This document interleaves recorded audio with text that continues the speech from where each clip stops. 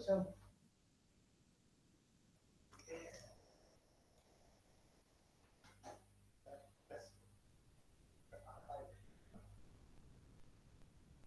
ya, slide saya sudah terlihat.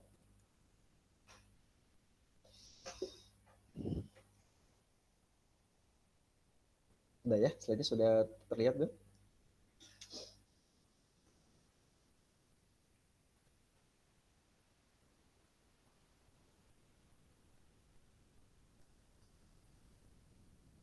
Baik ya, yang pertama kita agendakan offline ya. Hari ini kita agendakan online ya, karena mungkin ada beberapa agenda yang harus kita selesaikan dalam waktu yang bersamaan ya. Hari ini kita akan membahas tentang retorika ya, retorika seni berkomunikasi gitu ya. Nah, dalam pengantarnya kita akan selalu membutuhkan yang namanya komunikasi satu dengan orang lain ya. Ini selalu dibutuhkan ya dimanapun yang berhubungan dengan komunikasi kita. Nah, kalau sebagian besar aktivitas manusia ini selalu ditandai dengan kegiatan kita bertutur gitu. Dengan bertutur, manusia ini mengungkapkan dirinya ya, mengatur lingkungannya dan menciptakan budaya insani gitu ya. Kemampuan bertutur atau berbicara bisa juga ini terjadi ya karena memang dia punya bakat ya. Kepandaian berbicara yang baik juga memerlukan pengetahuan dan latihan. Nah, tadi bakat itu ini muncul dari memang dari turun temurun ya, mungkin orang tuanya memang dia komunikasinya bagus, public speakingnya bagus, kemudian turun kepada anaknya. Tetapi juga ada orang yang ketika kepandaian berbicara ini yang baik ya, yang memerlukan adanya pengetahuan dan memerlukan adanya latihan yang memang diinikan oleh pribadi tersebut ya, bagaimana dia bisa melatih dirinya ya, pengetahuannya di dalam latihannya ini. Kemudian juga orang sering ya memperhatikan cara dan bentuk pakaian ya, tetapi juga lupa memperhatikan bagaimana cara dan bertutur kata yang baik. Orang sering melihat nih yang namanya dia berpikir bahwa dia dengan stylenya, dengan penampilannya yang cukup luar biasa, wah ya mereka memperlihatkan penampilan fisik mereka dengan gaya muda mereka yang baik gitu ya. Tetapi juga terkadang mereka satu dengan yang lain ini memperhatikan ada beberapa hal yang memang terlupa ya sama mereka, bagaimana cara memperhatikannya dengan cara juga dia harus bisa kemampuan dia dalam berbicara dan bertutur kata yang baik ya.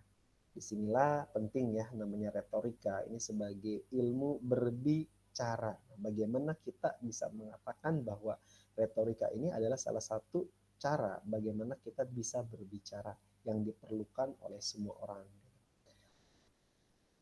Nah, retorika di sini, retorik ya, atau retorik adalah, atau retorika yaitu ilmu berpidato ya, the art of authority, ya, di mana seni menggunakan bahasa secara efektif ya, the art of using language effective. Nah, kemudian di sini bagaimana juga seni berbicara dengan baik ya, yang dicapai berdasarkan dari bakat alam dan keterampilan teknis. Kalau bakat alam berarti bakat ini sudah turun temurun ya, sudah turun temurun dan perlu juga ada keterampilan teknis di sini. Bagaimana kemudian ilmu dan seni yang mengajar orang ya untuk terampil menyusun tuturan yang efektif. Bagaimana tuturannya agar menjadi tuturan efektif.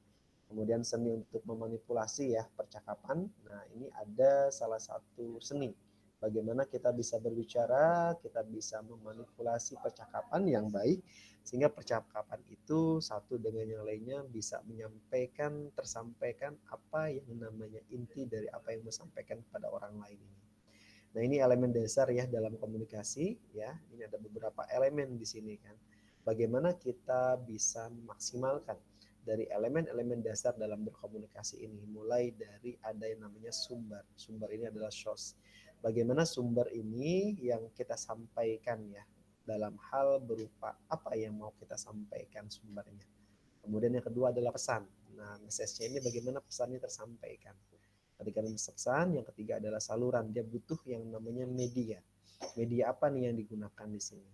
Ya, saat ini kan banyak hal ya dengan pembelajaran di sini boleh kita menggunakan adalah media yang dilakukan yang memang medianya adalah dari media offline yang memang berlangsung ketika di tempat yang sama, dan saat ini sudah banyak orang yang melakukan itu dengan saluran menggunakan media online.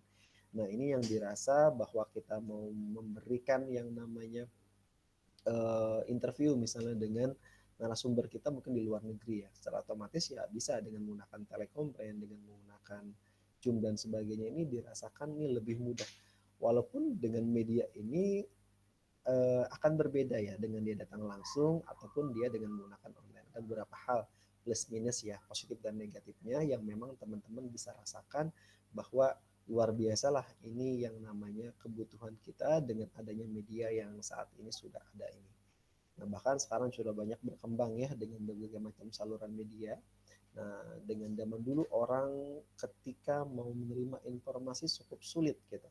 Bahkan orang zaman dulu itu ketika berkomunikasi dia tanpa menggunakan saluran dan media yang memang cukup mumpuni. Saat ini sudah banyak hal yang memang bisa kita inikan. Yang keempat adalah penerima ya, receivernya bagaimana. Ya, penerima adalah orang yang memang menerima informasi itu.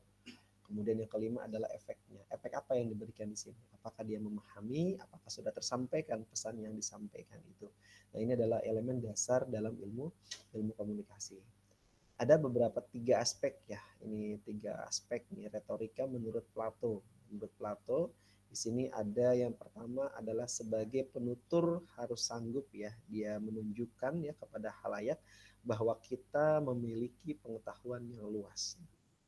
Pengetahuan yang luas, kita secara otomatis pengetahuan kita ya ini dianggap sebagai pengetahuan yang menyampaikan ilmu apa yang kita sampaikan atau informasi apa yang bisa kita sampaikan kepada halayak ramai ya, dengan pesan yang disampaikan dengan segala sesuatu hal yang memang dibutuhkan di dalam penyampaian pesan itu kepada seorang receiver atau seorang penerima. Kemudian juga harus punya yang namanya kepribadian terpercaya. Kepribadian terpercaya ini berarti seseorang yang menyampaikan informasi, yang menyampaikan pesan itu harus orang yang terpercaya. Yang terpercaya ini berarti dia sudah memiliki ilmu, dia sudah memiliki yang namanya keilmuan yang memang tersampaikan kepada halayak umum ya. Dia belajar lebih dulu ya, dia belajar mungkin 5 menit sebelum dia menyampaikan sesuatu kemudian kepada audiens sehingga apa itu tersampaikan dengan baik. Kemudian ada lagi status yang terhormat ya. Nah, biasanya kalau orang-orang ya ibaratnya dia punya penokohan dalam hidupnya. Dia mungkin seorang ustadz, dia mungkin seorang motivator, atau mungkin dia seorang yang punya jabatan. Nah, biasanya prinsip pertama ini penutur ini harus sanggup menunjukkan bahwa dia itu memiliki yang namanya suatu pengetahuan yang luas, kepribadian yang terpercaya sampai dengan status sosial yang tinggi di sini. Ini adalah prinsip etos. Kemudian yang kedua, ada yang namanya prinsip patos ya. Kedua ini adalah kita harus menyentuh ya hati halayak.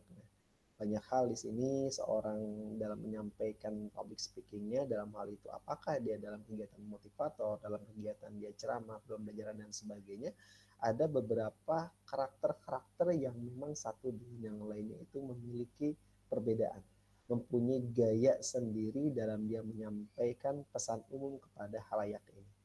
Nah, baik kalau ini adalah bagaimana dia bisa menyentuh hati. Yang kedua menurut Plato ini. Nah, ada yang namanya perasaan ya. Bagaimana dia bisa menyentuh hatinya, kemudian perasaannya, kemudian emosi. Emosi biasanya ini muncul ya dari berbagai macam pancingan-pancingan yang dilakukan oleh seorang narasumber. Nah, ada yang sampaikan harapan ya. Ada harapannya apa? Ada mungkin orang yang punya traumatik ya, ada kebencian yang memang yang ada dalam dirinya, kemudian digali sedemikian rupa ya sehingga nanti kebencian ini akan muncul dengan sendirinya. Dan ada di sini adalah tentang adanya kasih sayang di sini. Nah, ini adalah beberapa aspek nih, aspek kedua nih yang berhubungan dengan bagaimana sih dari penyampaiannya itu bisa menyentuh hatinya, bisa menyentuh harapannya, bahkan dia bisa menangis di dalam hal ini. Ada satu hal yang memang di dalam perasaannya atau hal apa yang cocok dengan apa yang disampaikan oleh seorang narasumber itu kepada seorang uh, penerima responden ini. Kemudian yang ketiga ada di sini adalah kita harus dapat meyakinkan halayak ya dengan menunjukkan adanya bukti. Buktinya apa? Biasanya fakta. Kalau berbicara fakta biasanya kita berbicara menyampaikan sesuatu hal yang bersifat data. Data itu ditunjukkan dalam bentuk grafik, ya dalam bentuk misalnya diagram batang atau mungkin dalam bentuk diagram lingkaran. Yang menunjukkan itu adalah bukti. Bukti itu berarti adalah data yang memang data itu sudah diambil secara statistik ya, sehingga data ini dianggap data yang valid gitu. Kemudian juga berbicara tentang fakta. Dengan fakta orang tidak akan menyangkal bahwa fakta itu ya sudah diuji kebenarannya, sudah diambil datanya, kemudian dijadikan dalam statistik ya di dalam ini. Sehingga ini lebih baik gitu. Kemudian ada lagi evidence. Nah, bagaimana nih seorang evidence ini dan dia berargumen ya menggunakan berbagai macam argumentasi ya di dalam penyampaiannya. Sehingga satu dengan yang lainnya ini sama-sama saling menunjukkan ya. Ada hal yang retorika menurut Plato ini tersampaikan semua. Mulai dari yang pertama tadi penuturnya ya, yang dia harus terpercaya punya status terhormat juga. Kemudian juga ada orang yang bisa menyentuh hatinya, menyentuh perasaannya sampai dengan meyakinkan dengan by data. Nah, biasanya kalau data kita lengkap dengan retorika ini, kita akan dirasakan sebagai orang yang berbicara tidak sekedar berargumentasi, tapi data yang disampaikan. Ketika kita berbicara data, kita berbicara tentang data itu data yang valid ya, dengan sendirinya ya kita akan bisa membuat audiens yakin dengan apa yang kita sampaikan. Kemudian ada lagi pengembangan prinsip ya, pengembangan prinsip dari etos ya, dari etos, platos ya, logos. Nah, ini berkaitan dengan aspek utama di dalam komunikasi. Nah, yaitu ada aspek verbal dan ada aspek non verbal gitu ya. Nah, sehingga secara otomatis penyampaiannya bagaimana nih? Dengan prinsip etos ini, etos, patos, logos ya. Pada dasarnya dapat diterapkan ya dalam segala situasi dalam komunikasi. Nah, kemudian penerapan prinsipnya bagaimana agar tetap harus memperhatikan elemen dasar komunikasi tadi. Yang jelas ketika kita menjadi seorang narasumber dalam hal ini atau menyampaikan sebagai orang yang di depannya, dia mau tidak mau dia harus bisa menguasai medan, menguasai medan, menguasai tempat yang ada di situ. Jangan sampai kita punya suatu permasalahan apa yang ada di dalam keseharian kita, kemudian kita bawa di dalam kita menjadi seorang narasumber, ini juga nggak baik. Nah, bagaimana kita bisa nih menerapkan dari prinsip yang tadi? Kita harus bisa menerapkan di segala situasi komunikasi yang ada. Nah, kan apalagi kalau seorang guru ya. Seorang guru itu sama, dia punya masalah keluarga di dalam hidupnya, kemudian di dalam kelas dia harus bisa ketawa-ketawa dengan anak-anak didiknya. Itu mereka yang bisa menerapkan. Sama, semua orang itu punya yang namanya tombol on off dalam kehidupannya. Tombol on off itu adalah tombol yang memang kita bisa mengontrol diri kita dengan adanya tombol on off di dalam hidup kita. Kita bisa mematikan berbagai macam permasalahan-permasalahan hidup kita. Di dalamnya ada apa di situ. Ketika kita berbicara misalnya masalah keluarga, kita ada masalah mungkin dengan teman kita, masalah dengan saudara kita. Ya, ketika kita berada di dalam suatu penyampaian materi, kita menjadi seorang narasumber, kita harus bisa meng-off-kan dulu tuh masalah-masalah apa yang ada tadi. Masalah yang pertama, masalah di rumah, kita off-kan. Masalah dengan saudara di off-kan. Masalah dengan teman kita di off-kan. Walaupun kita dalam suatu situasi yang memang di saat itu kita benar-benar sangat, wah nggak suka banget nih dengan keadaan kayak gitu. Tapi tetap harus bisa kita on-off-kan. Dengan kita sudah meng-on-off-kan di dalam kita menyampaikan sesuatu, sehingga itu tidak terbawa. Sehingga itu tidak terbawa misalnya kita di dalam penyampaian materi kita. Ini keunikan kita manusia itu mempunyai yang namanya keahlian kita di dalam memanage diri kita. Karena tubuh kita ini semua dimanage oleh satu, yaitu diri kita sendiri. Bukan tubuh kita yang memanage kita, tapi kita sendiri yang memanage. Kita dalam keadaan katakan yang sangat luar biasa sakit misalnya gitu ya. Tapi ketika kita menyampaikan dalam diri, kita harus benar-benar siap dengan situasi apapun, kita sehat, pasti tubuh kita akan semesta mendukung dalam tubuh kita akan bisa bergerak sedemikian rupa dengan kita akan bisa mempunyai kekuatan yang berbeda di dalam hidup kita dan kita bisa melaksanakan kegiatan kita normal seperti orang sehat. Tetapi kalau kita sudah waktunya istirahat, biasanya kita akan lemes. Mungkin teman-teman bisa nih, khas sederhana begini. Ketika teman-teman berada di naik kereta misalnya, ketika naik kereta teman-teman ketika naik itu teman-teman pengen buang air misalnya. Mau tidak mau kan di situ teman-teman antara feelingnya dua. Teman-teman turun ya, kemudian ketinggalan kereta, atau teman-teman tetap berada di kereta, kemudian teman-teman akan turun di stasiun mana yang teman-teman akan tuju di situ sebagai teman-teman sampai dengan rumahnya. Nah, ini adalah salah satu hal yang memang bisa ngontrol tuh teman-teman. Teman-teman bisa tuh memberikan sugesti dalam diri teman-teman sehingga nanti ketika sampai stasiun C misalnya, kita berak di stasiun A kita di C, teman-teman akan berhenti. Maka teman-teman yang tadi membuang air itu, teman-teman akan sugesti pada dirinya, saya bisa. Pokoknya nanti fokuskan dalam pemikiran kita bahwa kita nanti akan turun di sana dan buang air nanti di sana aja. Teman-teman sugesti berkata berkali-kali dalam diri sehingga teman-teman tuh bisa nyampe ke tempat itu. Kemudian sudah sampai stasiun C, teman-teman akan turun dengan sendirinya. Dan teman-teman baru akan mencari toilet dan sebagainya. Nah, ini adalah sugesti yang teman-teman berikan dalam diri. Sama halnya ketika teman-teman menjadi seorang narasumber, mau tidak mau hal begini hal yang ada. Mungkin juga terjadi karena memang teman-teman grogi, teman-teman ibaratnya di sini merasa bahwa waduh ini kayaknya ada efek, misalnya efeknya itu mungkin teman-teman grogi yang luar biasa akhirnya ya bolak-balik ke toilet dan segala macam gitu. Ini adalah salah satu hal yang memang umum dihadapi ya oleh orang-orang yang memang bagaimana dia bisa menerapkan dalam kehidupannya dan bisa dia terapkan apapun sugesti apa yang diterapkan di dalam situasi dan komunikasi ini. Nah, bagaimana sekarang berikutnya tentang masalah pengaturan pesan ya. Pengaturan pesan di sini, pesan disesuaikan ya dengan urutan motif ya. Urutan motif sequence ini dari proses berpikir manusia.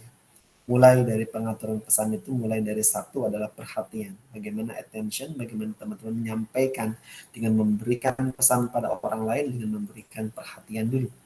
Perhatian, kemudian setelah itu adalah need, kebutuhannya bagaimana, kebutuhan apa yang akan teman-teman sampaikan kepada audiens di sini. Kemudian yang ketiga adalah pemuasan atau satisfaction ya. Ada nggak kepuasan dari seorang responden ya dalam hal ini yang dia bisa memuaskan satu dengan yang lainnya ya tentang masalah ilmu apa yang dia inikan di sini. Dan yang keempat adalah visualisasi. Bagaimana teman-teman ini dia bisa memvisualisasikan ya, menggambarkan sesuatu apa yang mau teman-teman sampaikan nih kepada audiens agar apa yang mau teman-teman sampaikan itu tersampaikan dengan baik. Yang keempat adalah action, bagaimana tindakan yang nyata di sini. Nah, ini adalah yang memang pengaturan pesan menurut motifnya bagaimana dengan pola alur manusia. Ketika teman-teman misalnya sedang tidak fokus nih, teman-teman akhirnya membuat suatu hal apa, mengucapkan assalamualaikum atau mengucapkan apa, kemudian orang-orang akan tertarik. Teman-teman memberikan berupa games ya, berupa ice breaking dan segala macam, sehingga orang yang pertamanya tidak fokus akhirnya kembali jadi fokus.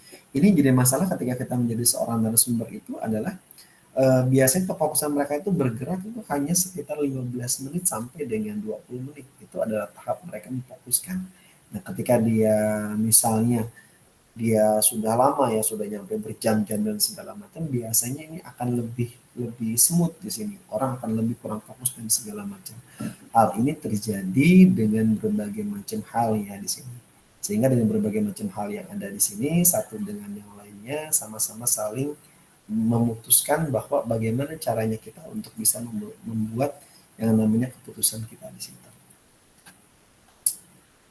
Nah, kemudian ada lagi pernyataan penting nih. Apabila ingin mempengaruhi orang lain, nah rebutlah perhatiannya. Ketika teman-teman sudah bisa merebut perhatiannya, selanjutnya bangkitkanlah kebutuhannya. Apa yang mereka butuhkan, teman-teman sampaikan. Apa yang mereka menjadi ini, teman-teman sampaikan. Kemudian berikan petunjuk ya bagaimana cara memenuhinya. Bagaimana cara yang bisa memenuhinya, bagaimana teman-teman di sini cara memuaskan kebutuhannya. Kemudian gambarkan ya dalam pikirannya ya ada keuntungan dan kerugian apa yang diperolehnya. Ya, dan akhirnya doronglah ia untuk bertindak. Nah ini, ketika teman-teman menyampaikan ide, menyampaikan informasi kepada orang lain, teman-teman yang pertama teman harus bisa merebut perhatiannya. Kadang orang kan ketika menjadi seorang narasumber itu tidak langsung dengan berbagai macam cara ya. Ada orang yang flat ya itu ngantuk luar biasa di situ. Biasanya kalau kita lakukan dengan berbagai macam hal, kita bisa ketika kita masuk melakukan dengan berbagai macam games, bisa hal masuk dengan memberikan suatu hal cerita yang memang yang luar biasa, kemudian masuk ke dalam intinya apa di situ. Nah, orang kan ketika orang penasaran, orang akan memperhatikan. Ketika orang teman-teman bagaimana cara merebut perhatiannya. Setelah merebut perhatiannya, bangkitkan kebutuhannya. Setelah bangkitkan kebutuhannya, bagaimana teman-teman bisa memperoleh gambaran tentang apa keuntungan dan kerugian yang diperolehnya, dan akhirnya dia doronglah untuk bertindak, untuk melakukan sesuatu. Ini penting. Bahkan teman-teman jadi seorang leader juga sama. Bagaimana teman-teman bisa nih membuat menyampaikan informasi sampai dengan orang yang menjadi tugas kita, ya mereka punya job desk masing-masing ya bawaan kita ini, dan akhirnya dia bisa bertindak melakukan suatu pekerjaan itu bisa sama lain saling menguntungkan satu sama lain. Nah, kemudian dirumuskan ya dengan konsep reach ya, yang berarti adalah respect. Nah, respect ini artinya sikap hormat dan menghargai. Bagaimana kita bisa menghormati orang lain yang lebih tua, orang lain yang punya jabatan ketika kita berbicara di hadapan audiens. Samanya kan seorang ustadz ya, seorang ustazah yang ketika dia berceramah, di dalamnya ada tokoh masyarakat, di dalamnya ada gubernur, di dalamnya ada apapun orang-orang terhormat di situ. Maka respect yang pertama kita lakukan adalah sikap hormatnya dulu. Hormat dan bagaimana kita bisa menghargai ya, bisa menghargai satu dengan yang lainnya, sehingga apa yang kita ini kan membuat orang lain jadi lebih respect terhadap kita.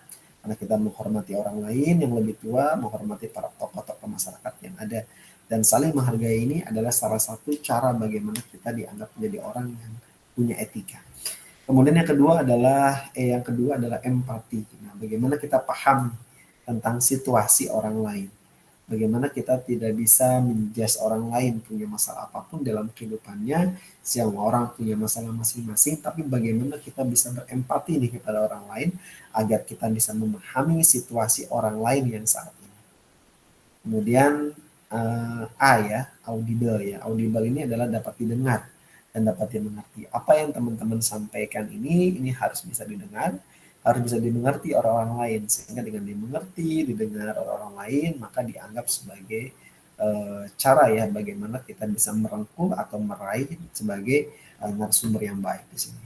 Kemudian ada clarity, kejelasan. Bagaimana kejelasan dari tata bicara kita, dari ibaratnya kejelasan dalam konteks ya di sini ya, clarity-nya bagaimana.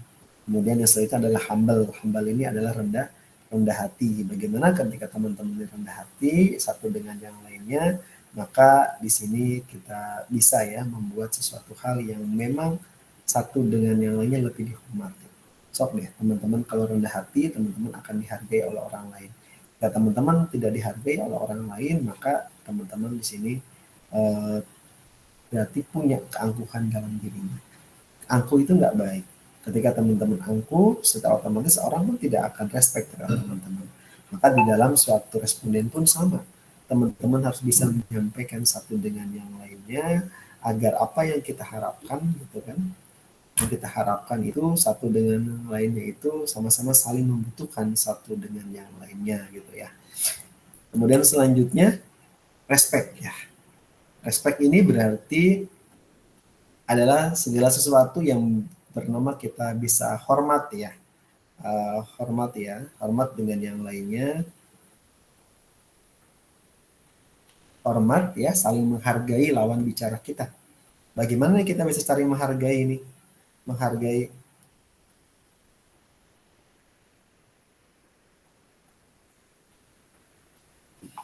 satu dengan yang lainnya, dengan lawan pembicara kita. Dengan kita saling hormat dan kita saling menghargai ya lawan bicara kita, maka satu dengan yang lainnya itu orang akan respect terhadap kita. Kemudian pada prinsipnya nih manusia ini ingin dihargai ya, dan ingin dianggap penting. Ketika orang ingin dihargai dan ingin dianggap penting, maka ini adalah salah satu hal yang memang satu dengan yang lainnya sama-sama saling membutuhkan satu dengan yang lainnya ya. Jadi kalau kita menghargai orang dengan sendirinya, orang akan menghargai kita. Jangan sampai kita ingin dihargai, tapi kita lupa nih dengan diri kita pun acuh tak acuh terhadap orang lain. Ini nggak baik. Kemudian yang ketiga adalah sikap respect ini akan membuka ya kemungkinan terjalinnya komunikasi. Ya, dengan kemungkinan terjalinnya komunikasi dengan yang baik, maka satu dengan yang lainnya ini akan terjalin suatu komunikasi yang baik. Nah, kemudian Samuel Johnson ya. Ini mengatakan bahwa satu dengan yang lainnya ini respect kita ini harus lebih baik ya, dengan menggunakan adanya kepercayaan ya. Dengan kepercayaan ini nanti akan menghasilkan integriti di sini. Kemudian yang tadi yang kedua adalah empati ya. Empati ini adalah kemampuan ya untuk menempatkan diri ya pada situasi atau kondisi yang dihadapi oleh orang lain. Bagaimana nih kita satu sama lain ini bisa menempatkan diri kita pada situasi atau kondisi apa nih yang dihadapi oleh orang lain. Kemudian yang kedua adalah kemampuan kita untuk mendengar ya, kemampuan kita untuk mendengar dan bersikap reseptif ya, atau sikap menerima masukan dan umpan balik ya terhadap satu dengan yang lainnya. Kemudian yang ketiga adalah kita perlu mengerti dan memahami dengan cermat ya kondisi lawan bicara kita bagaimana satu dengan yang lainnya. Kemudian yang keempat adalah empati dapat memudahkan kita memilih cara ya dan sikap yang tepat ya agar penerima pesan ini mudah diterima. Kemudian audible. Nah, audible ini adalah pesan yang didengar ya dan dimengerti. Kunci utamanya agar pesan bersifat audible adalah yang pertama adalah susun pesan sesederhana mungkin. Yang kedua adalah fokus pada informasi penting apanya. Kemudian yang ketiga adalah gunakan ilustrasi atau analogi ya, analogi yang memang analogi ini untuk bisa memperjelas gitu kan. Guna memperjelas gitu. Nah, kemudian yang ketiga adalah yang keempat, taruh perhatian gitu ya, taruh perhatian pada fasilitas yang ada di dalam lingkungannya. Dengan kita misalnya satu dengan yang lainnya ya, dengan kita bisa menaruh perhatian dan fasilitas yang ada ya, mau tidak mau ini lingkungan sekitar juga otomatis nih akan bisa ya sesuaikan dengan lingkungan sekitar kita. Kemudian yang kelima adalah selalu menyiapkan rencana. Ada rencana apa nih yang memang pesan cadangan yang akan disampaikan gitu. Nah ini adalah fungsi utama kita dalam bersifat audible ini. Kemudian clarity. Clarity ini adalah pesannya harus jelas ya. Sehingga tidak menimbulkan adanya multi interpretasi, multi makna dan sebagainya. Ini mau tidak mau kita pilih satu persatu nih agar pesan yang kita sampaikan ini sesuai. Ya tidak menimbulkan berbagai macam interpretasi yang berbeda satu dengan lainnya. Kemudian yang kedua adalah berkaitan dengan kualitas suara. Nah, bagaimana nih kualitas suara kita? Dan kita kualitas suara kita nada naik, tinggi ya. Ini harus disesuaikan dengan apa nih nada yang akan kita sampaikan. Kemudian ketiga berkaitan dengan pilihan bahasa. Ada kalimat, ada kata, apa nih yang kita gunakan nih. Sehingga kata yang kita gunakan ini satu dengan yang lainnya ini sama-sama bisa nih membuat suatu hal yang pilihan kata yang baik. Kemudian keempat adalah berkaitan dengan pengorganisasian ide. Ya, pengorganisasian ide ya. Pengorganisasian ide atau pesan yang disampaikan itu apa gitu berkaitan di sini. Kemudian humble ya. Humble ini adalah sikap rendah hati ya. Yang kedua adalah merupakan unsur yang terkait dengan prinsip pertama adalah dia respect. Kemudian yang ketiga ada rendah hati akan memunculkan sikap menghormati orang lain. Kemudian rendah hati ini versus dan bagaimana dengan dia rendah diri. Beda ya. Rendah hati kita orang yang paling baik ya. Artinya kita merendah tapi kita nggak rendah diri. Nah kalau rendah diri kita tidak punya yang namanya kepercayaan diri dalam hidup kita. Ini bahaya nih kalau kita rendah diri. Sehingga satu dengan yang lainnya kita harus bisa menciptakan bahwa kita adalah orang yang punya keahlian. Kita adalah punya kepercayaan diri. Sehingga kepercayaan diri kita itu bisa membuat kita menjadi lebih baik lagi ke depannya. Kemudian teamwork nih. Ini prinsip berkomunikasi di atas juga berlaku ya untuk komunikasi dalam atau antar kelompok nih. Biasanya dalam hal ini kita berkelompok satu dengan yang lainnya ya ada tim ya, ada tim pembicara dan segala macam. Satu sama lain ini kita harus bisa sama-sama berkomunikasi dalam dan antar kelompoknya. Kemudian bagaimana nih ada komponen penting ya dalam membangun organisasi atau teamwork yang ada, yaitu komunikasi yang efektif ya dengan tim ya. Bagaimana nih komunikasi yang baik di dalam ini. Kemudian ada lagi tim, ini merupakan akronim ya dari Together Everyone Achieve More ya. Bagaimana kita satu sama lain ini dalam tim ini kita bisa mengkondisikan bagaimana kita bisa menghadirkan secara sinergi. Dengan kita bisa menganikan secara sinergi, maka tim kita akan menjadi tim yang kuat, tim yang kokoh, tim yang satu sama lain sama-sama saling membantu dan menopang satu dengan yang lainnya. Ini adalah efektif komunikasi ya, di mana satu dengan yang lainnya ini akan ketemu yang namanya berbagai macam experience pengalaman ya di sini ya, ada lagi frame of reference ini, nanti ketemu nih dengan ilmu dengan experience yang ada ini ketemu di satu titik, di sini adalah irisan di antara keduanya. Ini adalah berbicara tidak hanya sekedar berbicara sekedar teori atau pesan yang disampaikan, tapi juga berbicara dengan experience dan pengalaman apa yang teman-teman bisa sampaikan. Efektivitas komunikasi ini sangat tentukan ya oleh faktor kerangka acuan ya atau frame of reference dan cakupan pengalaman ya atau field of experience ya di mana dimiliki oleh pembicara 01 dan pendengar 02. Nah, daerah yang diarsir tadi menunjukkan bahwa kesamaan acuan dan pengalaman ya antara 01 dan 02 gitu ya. Artinya 01 dan 02 ini memiliki acuan dan pengalaman yang relatif sama, maka komunikasi ini akan berjalan dengan lancar. Daerah yang diarsir ini semakin luas ya, sehingga ini akan terjadi komunikasi yang makin efektif di sini. Sebagai ilustrasi, jika Anda sebagai mahasiswa akan berkomunikasi dengan seorang petani, maka harus Anda upayakan bagaimana teman-teman bisa menyamakan atau mendekati acuan kemampuan berpikir dan pengalaman yang dimiliki oleh petani tadi.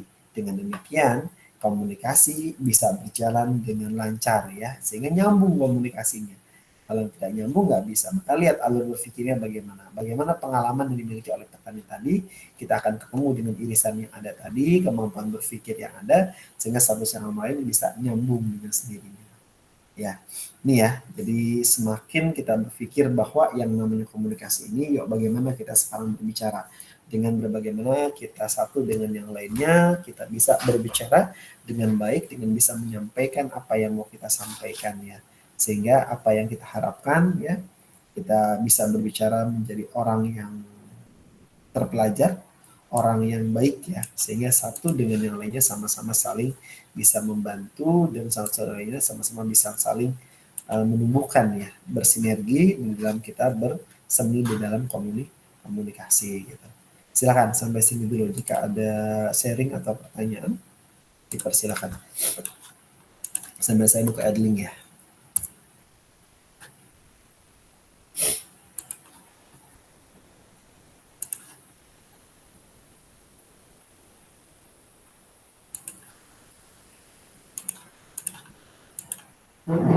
Ini kondisinya saya tunggu juga ada rapat ya di ruang atas ya. Jadi setelah saya absen ya, jika memang tidak ada sharing atau pertanyaan ya, jadi nanti kita langsung aja ya. Ya saya presensi dulu.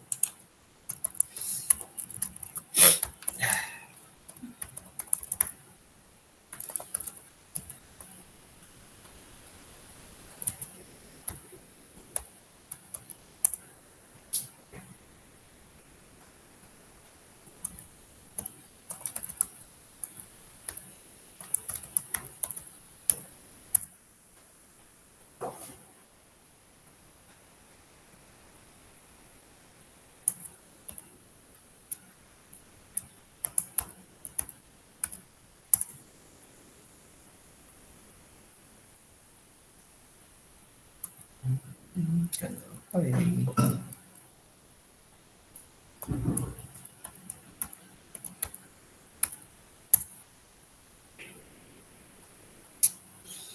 Kenapa?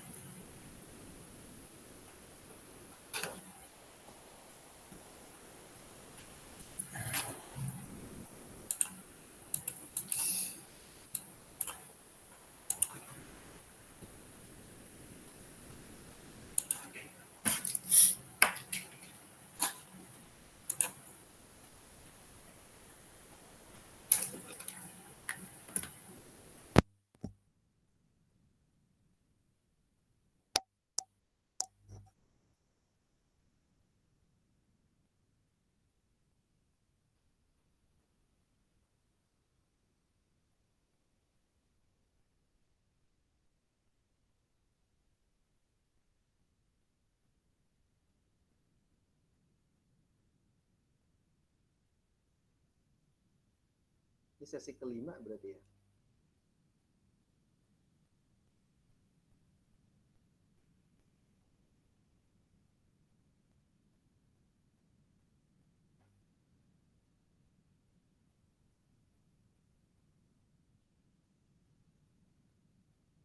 retorika dan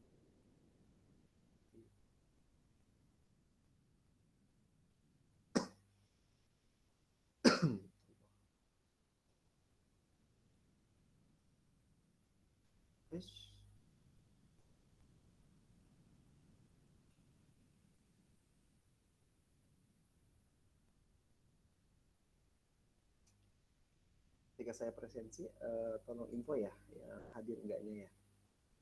Cahya Hevi ada, Cahya Hevi Aurija Yulianto. Present, sir. Present, sir. Oke, Davina Salsabila. Mana tuh? Mana tuh? Mana tuh? Davina, kalau ada minta tolong di ya, saya nggak lihat ini, soalnya nggak lihat yang hadirnya karena tampilannya tampil admin. Davina ada nggak? Present, sir. Oke, Ridho Ilahi.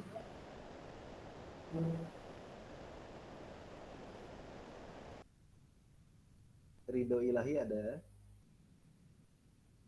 Present, sir. Muhammad Rafi Erlangga.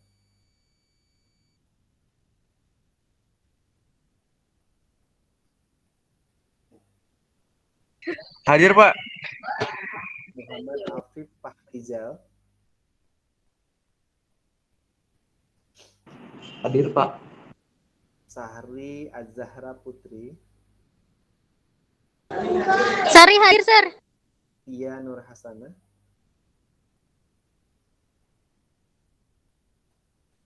Hadir, sir. Rana Intijas. Rana hadir, sir. Frida atau Frida? Frida. Hadir, sir. Lucky Alivia Mustam Firmansyah. Hadir, Pak. Fitriana. Hadir, Pak. Ardiansa. Hadir, Pak. Duta Sahputra.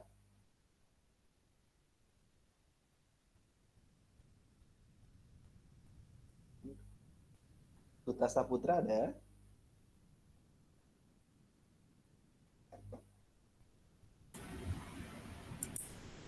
Ayu Azhari. Hadir, Pak. Yoga Pratama. Yoga lagi di jalan, Pak. Hadir, sir. Yoga, sir. Ada. Parhadia Sawala Fitri. Hadir, Pak. Amira Raihana Amalia. Amira hadir, Pak. Yandi Irianto. Hadir, Pak. Hadir. Juga Oktaviana. Hadir, sir. Ini si Duta Saputra ada nggak? Nggak ada, Pak. Nggak ada ya? Oke ya. Oke, kalau nggak ada. Oke ya, saya rasa untuk minggu ini kita cukup ya untuk ini ya. Saya soalnya ada agenda nih di luar, di atas nih. Sudah tungguin sama tamu ya. Dari Hotel Malaysia ya. Jadi biar nanti kita join lagi ya di minggu depan ya. Minggu depan karena bertepatan hari Kamis tanggal merah ya. Kalau nggak salah minggu depan itu tanggalnya tanggal 9 tanggal merah ya. Nanti kita agendakan ya untuk ganti hari ya. Apakah nanti kita ganti hari di hari Rabu ya. Rabu tetap kita online kan aja ya kalau nanti ganti harinya ada di jam-jam yang memang yang ini gitu. Karena paling nanti Rabu ini saya bisa jam 12 ke atas ya, karena ada agenda yang sampai jam 12 itu ada agenda pelatihan BIMTEK dengan pengajuan jabatan fungsional dosen. Nanti paling kalau diagendakan, nanti teman-teman bentroknya jam berapa nih, nanti kita diinformasikan ya. Karena Kamis ini ada 2 kali Kamis yang memang tanggal merah, tanggal 9 dan tanggal 20, 23 gitu ya. Jadi bisa kita ganti di hari Rabunya ya, hari Rabunya teman nanti kita sepakati aja. Kesepakatan jam berapa nih yang mau kita adakan nih perkuliahan di pengganti tanggal merah ini gitu ya. Oke ya, saya rasa cukup ya pertemuan untuk hari ini ya. Terima kasih. Saya akhiri sampai di sini. Wassalamualaikum warahmatullahi wabarakatuh. Waalaikumsalam warahmatullahi wabarakatuh. Terima kasih, Pak. Thank you, sir.